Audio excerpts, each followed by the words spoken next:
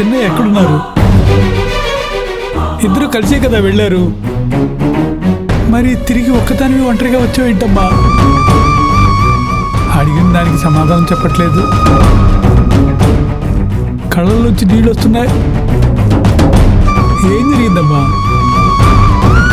చిన్నయ్య ఏమయ్యారు?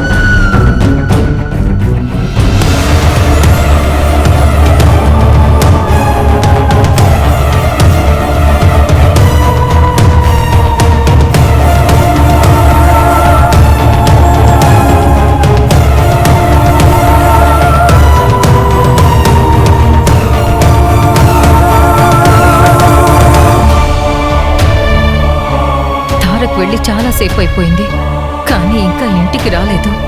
అక్కడేం జరుగుతుందో చెప్పడానికి ఈ లాయర్ కూడా ఫోన్ చేయలేదు. అసలు అక్కడ ఏం జరుగుతుందో ఏమో. మీరేం కంగారు పడకండి అత్తయ్య గారు. అక్కడ ఉన్నదెవరు?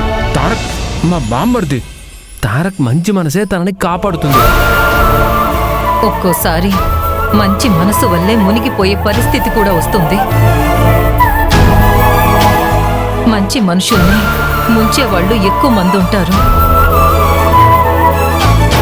మీరు అన్న దాంట్లో కూడా జీవిత సత్యం ఉంది అత్తయ్య గారు. పళ్ళిచ్చే చెట్టుకే రాళ్ల దెబ్బలు అన్నట్టు మంచితనమే పెద్ద శాపంగా మారిపోతుంది ఈరోజు. ఏమండి, మీ వేదాంతం కాపండి. చలోక్తులు చమత్కారాల నుండి ఇలా వేదాంతం మొదలు పెట్టారా కొత్తగా? నాకెందుకో చాలా భయం వేస్తుంది. ఏదో ఒకటి చెప్పమ్మా.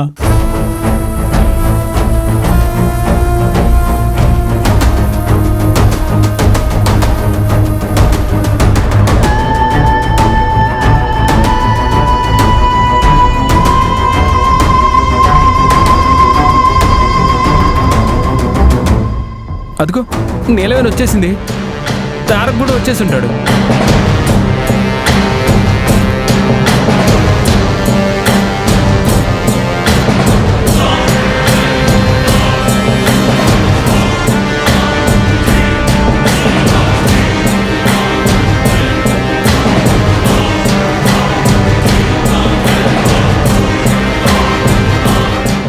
నీలవేణి,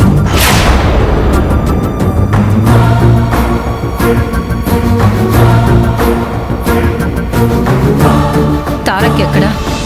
నువ్వొక్కదానివే వచ్చావేంటి?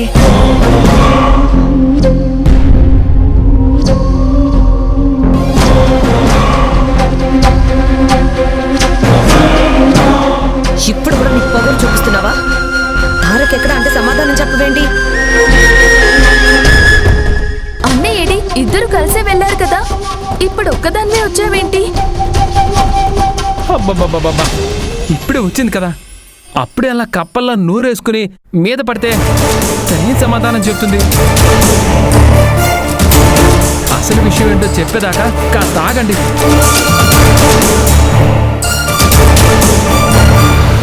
నిన్నే అడిగేది.